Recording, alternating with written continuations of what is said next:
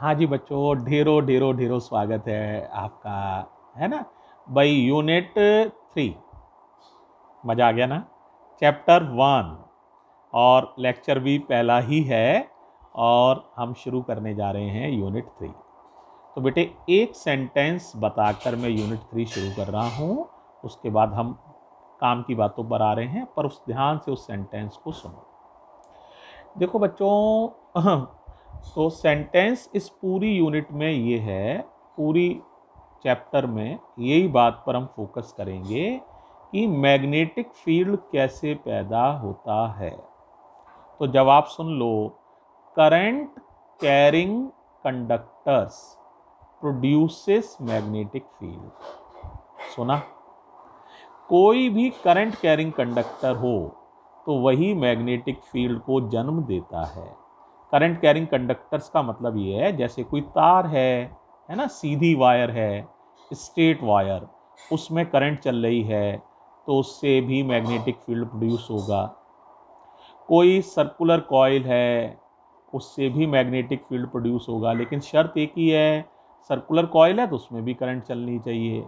कोई हेलिक्स है, हेलिक्स समझते हो, कुंडली नुमा, है ना, जैसे कुंडली होती है, तो कोई हेलिक्स है उसमें करंट चल रही है तो उससे भी मैग्नेटिक फील्ड पैदा होगा। तो ऐसे तमाम केसेस हम आज डिस्कस करेंगे। ठीक है, आज का मतलब है इस यूनिट में। ठीक है, तो आप ध्यान रखना है, ये पूरी यूनिट एक ही सेंटेंस पर बेस्ड है। वो क्या है? Current carrying conductors, current carrying conductors produces magnetic field.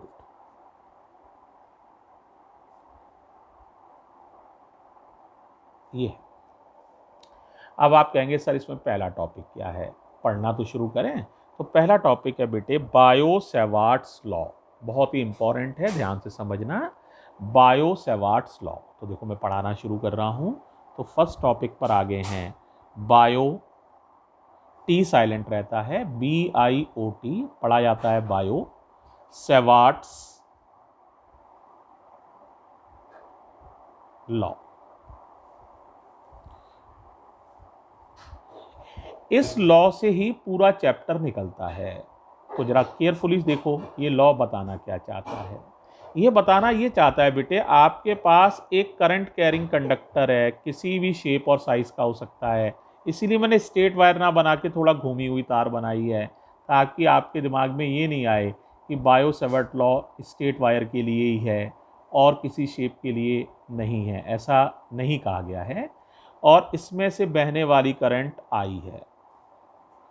अब इसका एक बहुत छोटा सा ये करंट एलिमेंट लिया है, ये करंट एलिमेंट कहलाता है आईडीएल।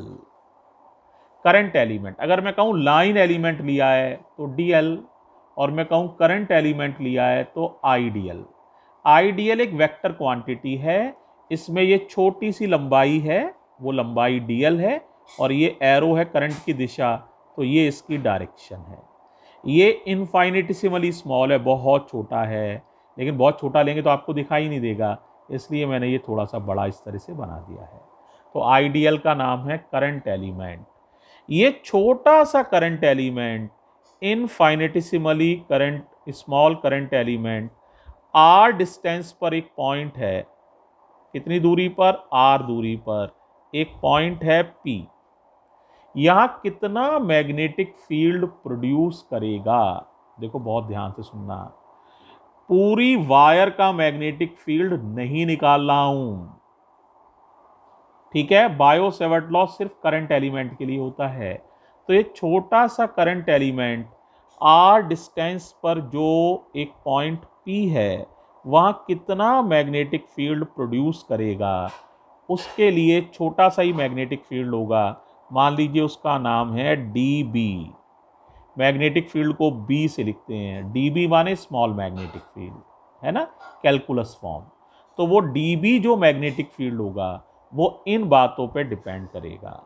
इसके लिए बायो सेवर्ट ने बताया था, dB is proportional to ideal, यानी करंट एलिमेंट के प्रोपोर्शनल होगा, साइन थीटा के प्रोपोर्शनल होगा और आर स्क्वायर के इनवर्सली प्रोपोर्शनल होगा।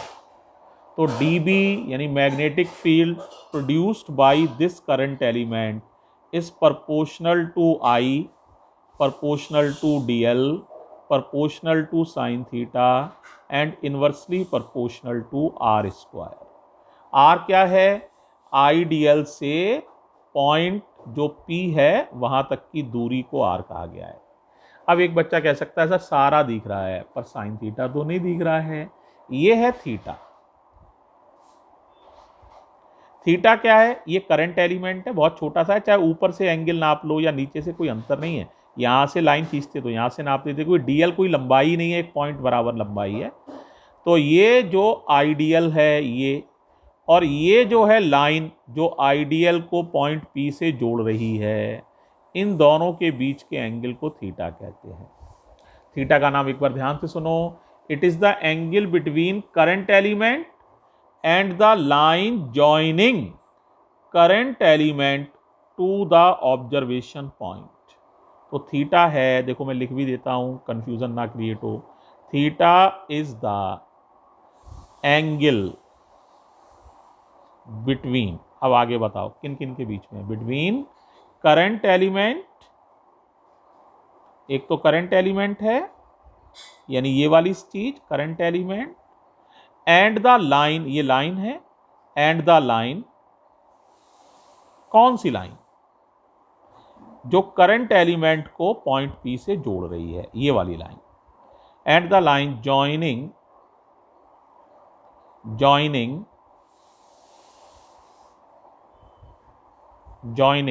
The current element and observation point. पहले बताओ समझ में आ गया? तो dB का ये फॉर्मूला है। अब बेटे प्रोपोर्शनैलिटी का निशान हटाएंगे तो तुम्हें खूब मालूम है एक कांस्टेंट आता है। क्या कांस्टेंट आएगा बताओ? यहां कांस्टेंट आता है, बहुत ध्यान से फिर देखना, इंपॉर्टेंट चीज आ गई, म्यू नॉट अपॉन 4 पाई।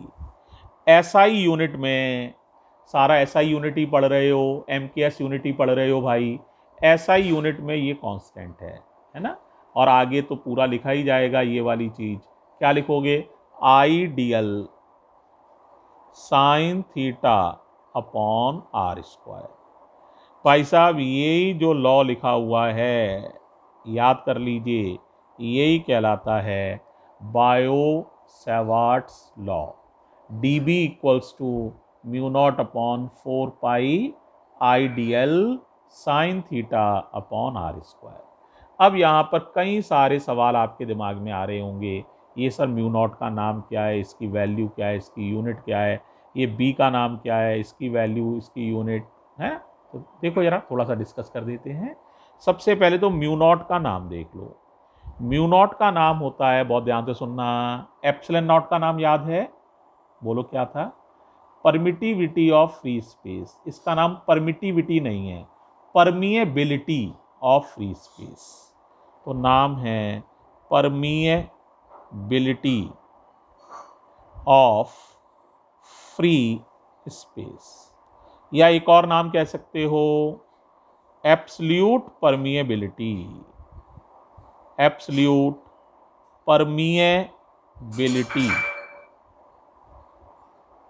ये दो नाम आप इसके हैं, ठीक है। इसकी वैल्यू कितनी होती है? जैसे बेटे पुराने चैप्टर में 1/4 पाई एप्सिलॉन नॉट की वैल्यू होती थी, 1/4 पाई एप्सिलॉन नॉट, 9 × 10 की पावर 9। इसी तरह इसकी वैल्यू होती है 10 की पावर -7। बहुत छोटी वैल्यू है, 10 की पावर -7।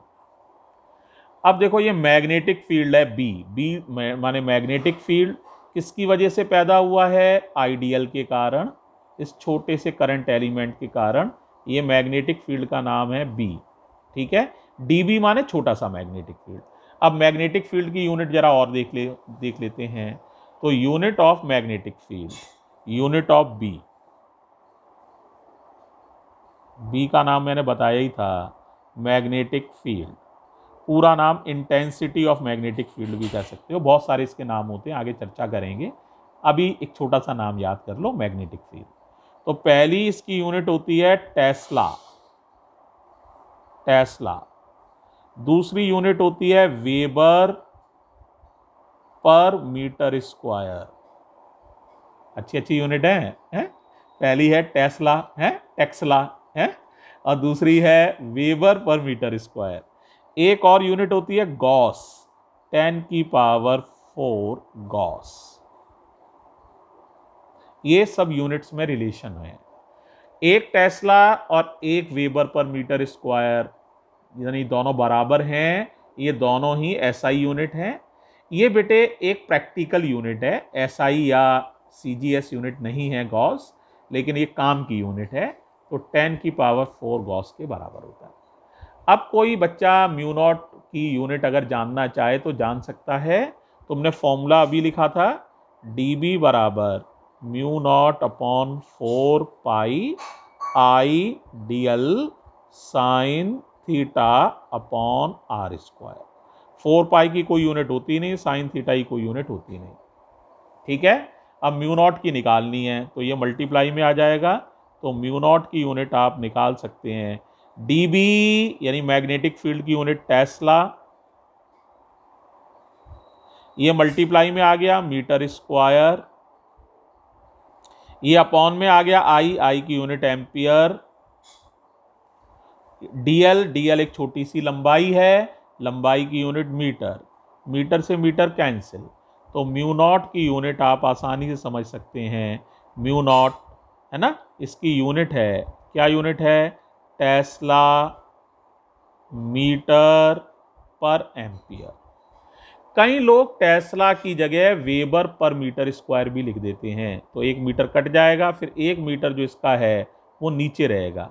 तो टेस्ला की वैल्यू लिख दो वेबर पर मीटर स्क्वायर, तो weber per metre square into ये वाला मीटर, और एम्पियर तो नीचे ही है, 1 मीटर काट दो तो एक और यूनिट हो जाएगी वेबर पर मीटर पर एम्पियर। तो इसकी 2 यूनिट हो जाती हैं। ठीक है, एक और इंपॉर्टेंट बात है, इसको समझो बेटा, बहुत ध्यान से समझना। हमें लिखना चाहते हैं वेक्टर फॉर्म, किसकी, बायो-सेवर्ट लॉ की वेक्टर फॉर्म।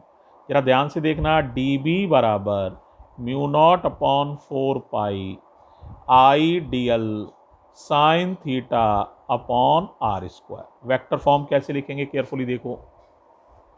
देखो, एक तो ये वेक्टर है, एक आइडियल वेक्टर है, और साइन थीटा आएगा नहीं, क्रॉस प्रोडक्ट आएगा, तो साइन थीटा फिर नहीं आएगा, क्रॉस प्रोडक्ट आएगा, कोई दूसरा वेक्टर या मौजूद ही नहीं है। आई डीएल मिलाकर एक वेक्टर है, आई और डीएल वेक्टर नहीं होते, आई तो स्केलर क्वांटिटी होती है, आई डीएल मिलाकर वेक्टर होता है। तो लिखेंगे d B vector equals to mu not upon 4 pi I dl vector cross R cap upon R square. ये है वेक्टर फॉर्म। कई लोग आर कैप की वैल्यू भी लिख देते हैं। आर कैप की वैल्यू तो तुम सब लोग को ही मालूम है भाई, तुम लोग जानते ही हो, आर वेक्टर अपॉन आर होता है। यूनिट वेक्टर का मतलब मालूम ही है, any vector divided by its magnitude is called a unit vector. इस बात को अगर यहां लिखोगे तो ऊपर आर वेक्टर आ जाएगा और इस आर के कारण आर क्यूब हो जाएगा। तो डी बी वैक्टर कई लोग ऐसे भी लिख सकते हैं, mu not upon 4 pi I d l vector cross R vector upon R cube. ये वेक्टर फॉर्म है, ये सिंपल फॉर्म है, ये वेक्टर फॉर्म है, ये भी वेक्टर फॉर्म है। तो बच्चों, इनको आपको ध्यान रखना है, ठीक है। लेकिन ध्यान रखना बेटा, बायो-सेवर्ट लॉ पूरा मैग्नेटिक फील्ड निकालने के लिए नहीं है, बहुत ध्यान रखना। ये डीबी का फॉर्मूला है, यानी छोटे से करंट एलिमेंट का मैग्नेटिक फील्ड निकालने के लिए ये रूल है, ठीक है। थैंक यू बच्चों।